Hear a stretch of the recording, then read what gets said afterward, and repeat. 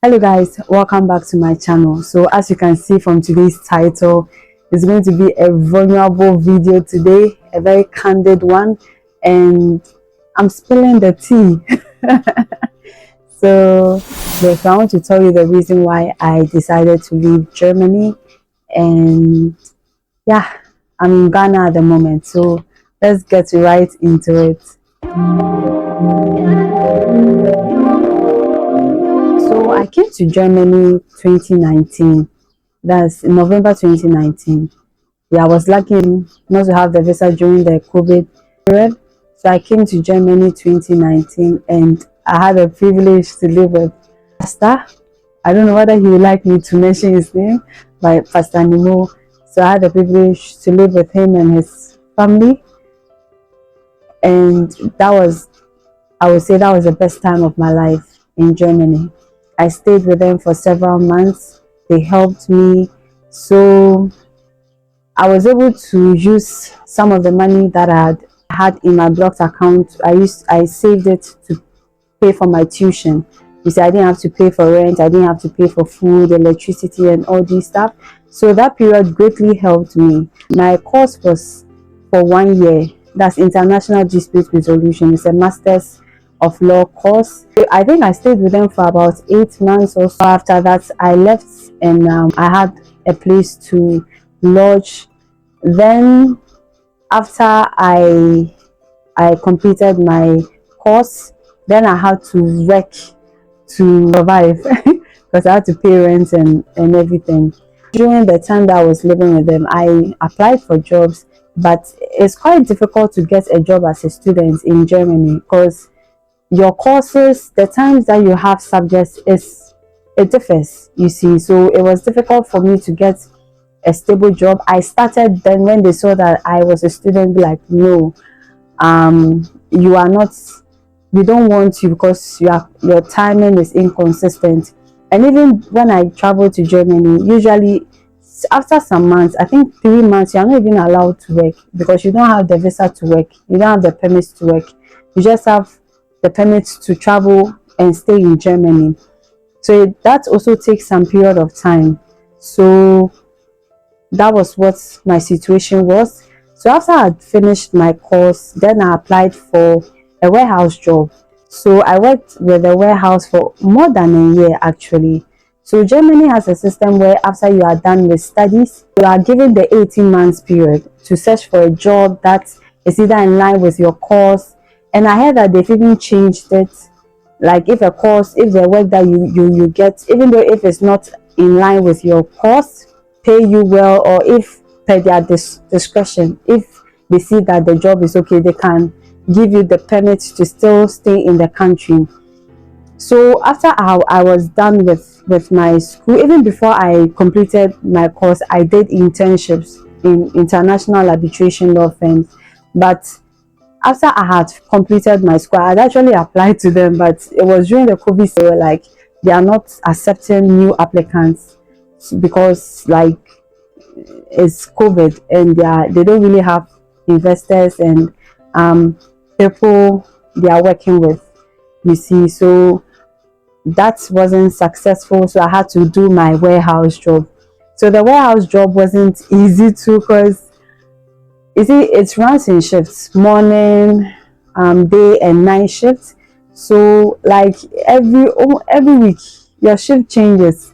It disrupts your sleeping pattern. It's not easy. Like in the morning, so the schedule was like from 6 to 2, 10 to like 6. It's like 8 hour shift. So that's how it was. And there's break in between. Doesn't mean you have to work throughout this period. There is a break and you relax a little bit. In that one, it wasn't easy. It goes to a time my niece, hey, you see, sometimes when people are working and are so like in English, it's like you are limping a little. Sometimes, especially if it's in abroad, in Germany, like it's a warehouse job, you work, huh? So even that one, I had to go to the hospital and there was water. They said there was water in my knees. I was like, hey, where's the water coming from? And the doctor was like, if you walk too much or something like, see, and sometimes in the warehouse you have to turn swiftly because you have to change to another aisle and all this stuff. So that was what she was saying, that because I turn swiftly, so I should just be careful not to turn so fast and everything. So I had to go, so they had to drain the water. I was like, this is the only job that I have. You see, that they've accepted me. The other jobs that I've applied for, they haven't responded, and I can't leave this job because of this issue. So I had to still manage.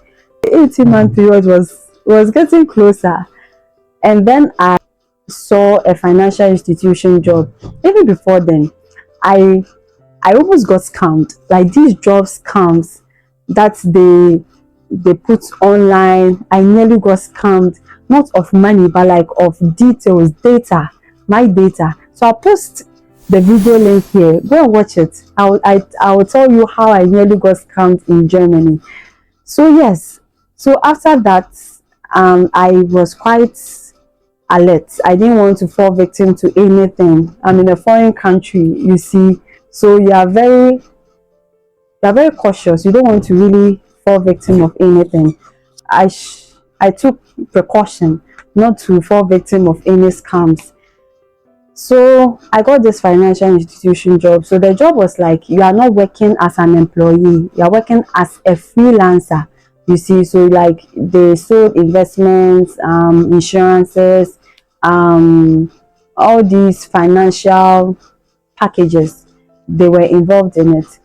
So my visa was like, I think it was like 2 months to get expired. And if this job looks cool, why not?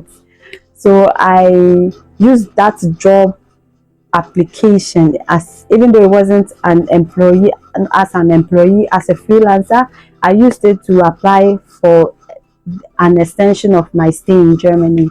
Luckily enough, I heard so many people were rejected, but I was blessed to be given 3 years stay in Germany. I was so excited.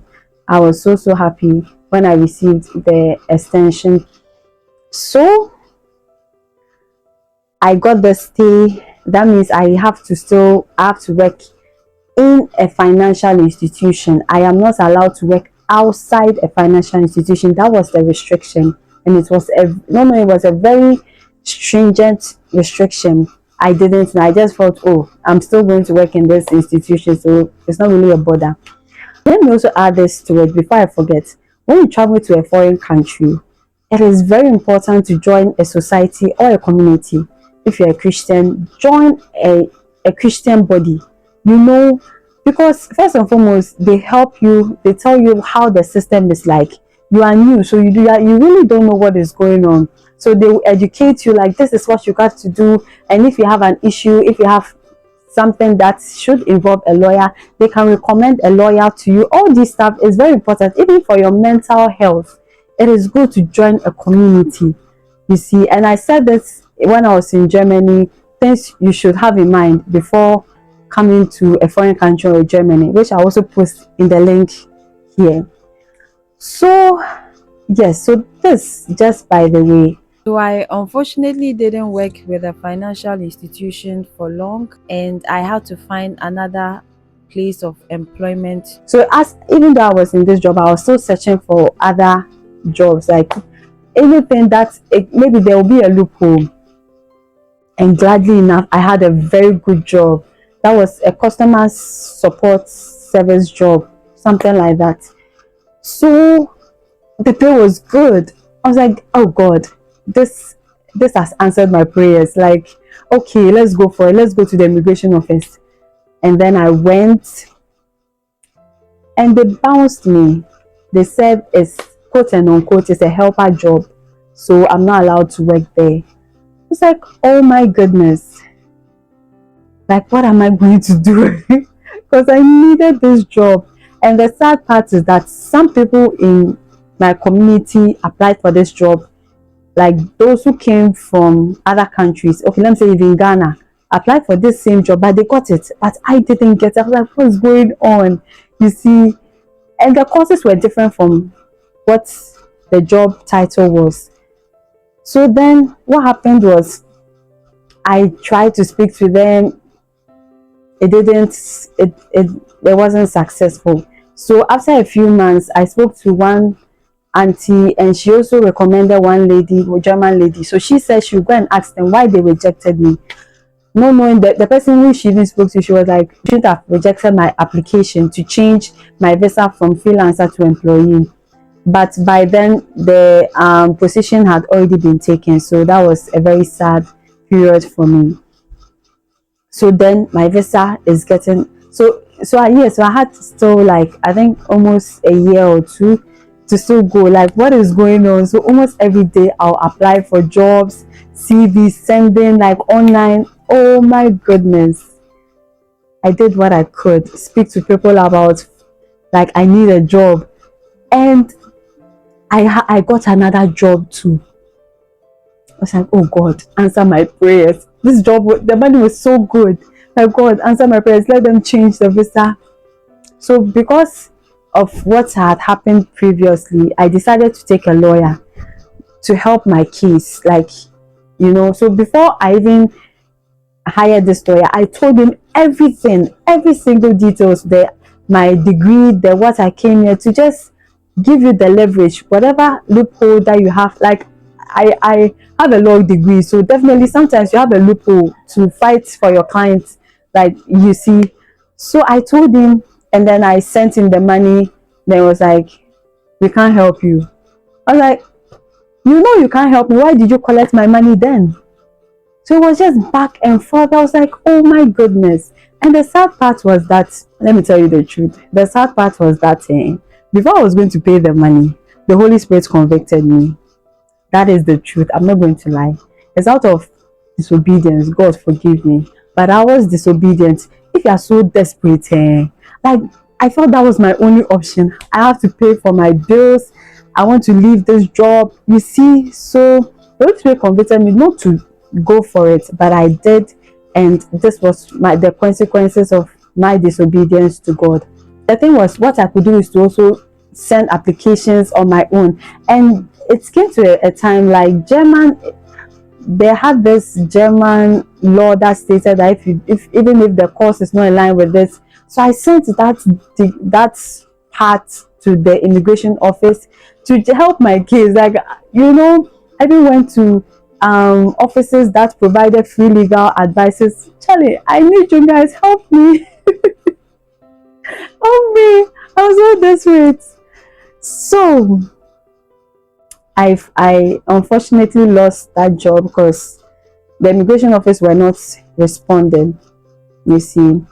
So back to the scoring board. So during this period, how I used to survive was to do menial jobs. And it wasn't a black market job or something. It wasn't an illegal job. They required your passport. So that was what I used to work with it. But the money was still not enough. You see, like, you are working under an agent. So the person you are working for someone, and the person will take some money from what you are earning. And the money is not enough. You see, so that was what I was using to survive. And after I received my money, bills, groceries, and the money finishes. Bills, groceries, money finishes. I did my menial job. So after I lost this job, I still was applying for jobs. So so I still applied, and I got another one. I was like, oh God, help me, help me, help me. And even before then, I shared my issue, like, to some friends, like, these people, they are not helping me, like this. And one friend was like, I've told you to go to this lawyer's place. You are not serious. If you go to this lawyer's place, you would have gotten it. So I was like, oh God, paying like 300 euros for just legal advice. 300 euros. I was like, okay, God, let me pay this money. The way this friend is bashing me, maybe there's something good about it. And the thing was that people may be asking, did the Holy Spirit convict me again? This time I didn't have any conviction. I felt like the Holy Spirit just wanted me to just see the result. You see, sometimes some people, you just have to let them do what they have to do, to let them see, So I went, and yes, so I went to this lawyer. I told him everything. I paid 300 euros. And then this lawyer, he was like, oh, this, he was giving me a hypothetical situation. I was like, I don't need hypothetical situations. So what is my situation saying? How does the law help me? That is what I need, not anything. And as you can imagine, it wasn't also successful. So I also wanted to try, like, I was like, okay, now I have this lawyer. I wanted to go to the immigration office myself to go and say that this is a job application I have. I am struggling to make ends meet in this country. Help me. Help me. So I asked this lawyer, can you just set a date for me? Because I tried speaking to them and they said the lawyer has to set a date for me because he is representing me. So I did that. Can you imagine? This lawyer says you take another 300 euros for asking for a date, for an interview date for me. It's like, hey, hey.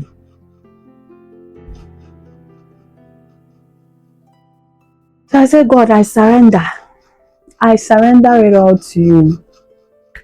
I looked at the things, even the job that I had, the pay was lower than what I had got. I was like, push agenda. If you look at the thing, I don't think it may be possible. And besides, $300 again, I didn't have that money to pay him.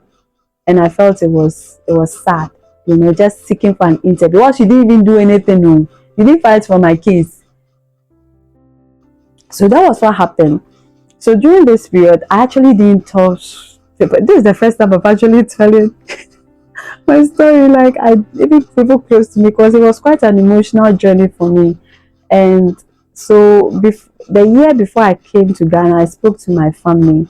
It's like, I'm struggling in this country. Like, I'm doing my best. Only God knows what, like, I'm doing my best. So I just told the Holy Spirit, I'm going to pray for that year, for the next year, the ending year to the following year, that He should give me a confirmation. Is this place for me? If it's not for me, I surrender and I leave. I prayed I used that period to pray and also speak to my family, like what is going on, and also speak to my community that I had in church. You see, like, this is what is going on.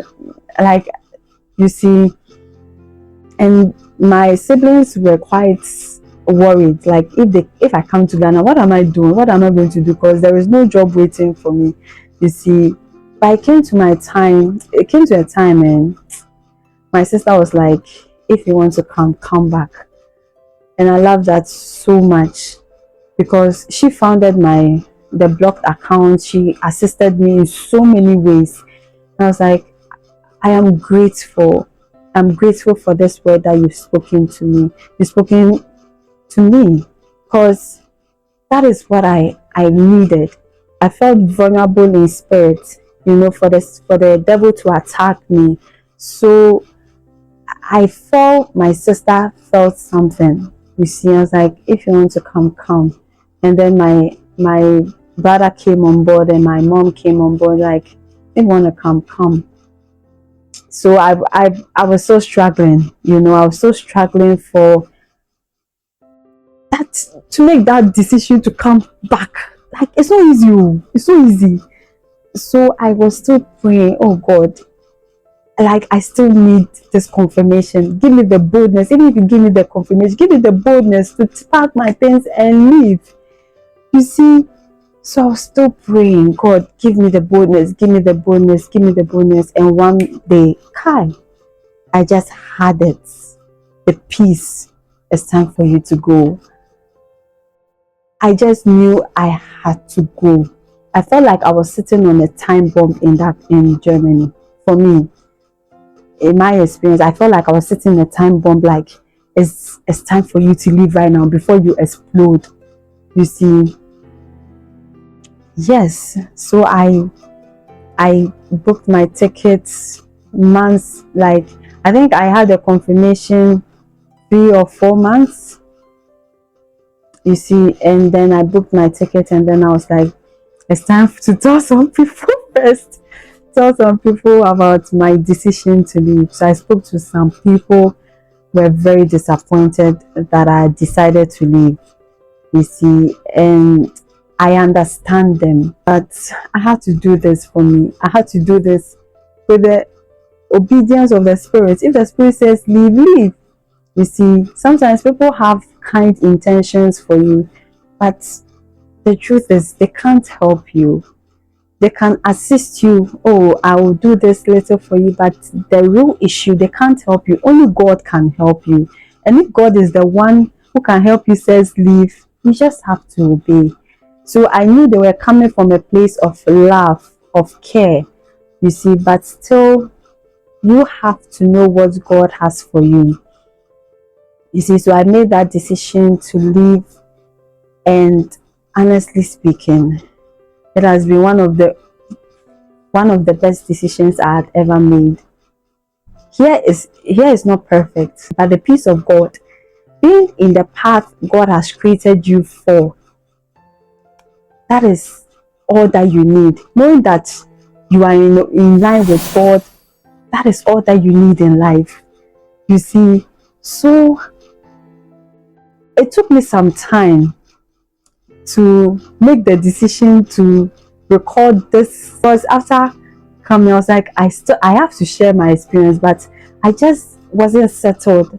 Like, when is it the right time to say it? Because I felt like I had so much emotions. Like, I felt quite disappointed. I felt like, should people even be in this country? Because people who have even stayed in this country are struggling. I'm like, why are you still staying here? So I was like, all of you come back. That was my mindset. So I was like, nah, that's not the right time.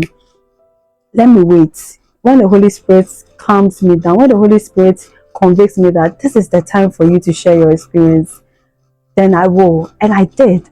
I did have that experience this dawn. I was like, it's time for you to share your experience. You see, even when I was going through all this, I was researching. Like, can you make it in Germany? Like, I was researching. I was like, no, I didn't really see any videos like someone really sharing their real experience living in Germany. I was like, what is going on? Everyone wants to hide their situation. You see, so this video is not to vent at all. It may sound like I'm venting, but it's actually to encourage you that you should pray to always be in alignment with God's will in your life, for your life. And also, just have the boldness to make that decision. If God says move, move. If God says step, step. If God says slide, slide. So yeah, so this is what I have for you. I hope this encourages you. I hope this gives you boldness to make tough decisions in your life. I hope this helps you to make decisions concerning the purpose you have on earth. This is what I have for you. Can you share your experience for others to be motivated? To be motivated. And for anyone who is living in other countries, I know like other countries may have different experiences. And I think what makes Germany tough is, first of all, like the language barrier and the bureaucracy, you see. So share your experience. Those immigrants living in other countries, share your experience and let others be motivated by your experience. So I also like to add this, that it is very, I would say that it is good to travel abroad to have an experience yourself. You see, even though some people will come and share their own experience, it is good, because when I travel to Germany, I have encountered so many amazing people that I still communicate with. I was given the idea to start my storytelling videos and the resources to even publish a book on Amazon. Like, hey, so if I were not in Germany, would I have had that opportunity to even have published a book? You see, so it is good to travel, to have experience, to open your mindset about things outside this your vicinity. You see, so even people may share their experiences, it may not be pleasant, but your experience may be pleasant. People are making it in other countries, people may not. It's up to you to pray, to be in alignment to God's will. That is the most important of it all. You see, to be in alignment to God's will. So people may not also know that I've published the book yet, so I also put the link under the description box if you're interested of purchasing the book. Yeah, kindly purchase it on Amazon, and you can also send me a text or a message on how to receive it if you're in Ghana. So yes, so this is my experience, and I hope it motivates you one way or the other. I hope you laugh about my experience. Even though I'm laughing now, it wasn't a laughing matter then. No. Yes, so I really appreciate you all, and I love you all. Kindly like, subscribe, share my videos, and don't forget, people who are amazing help others to be amazing. Thank you.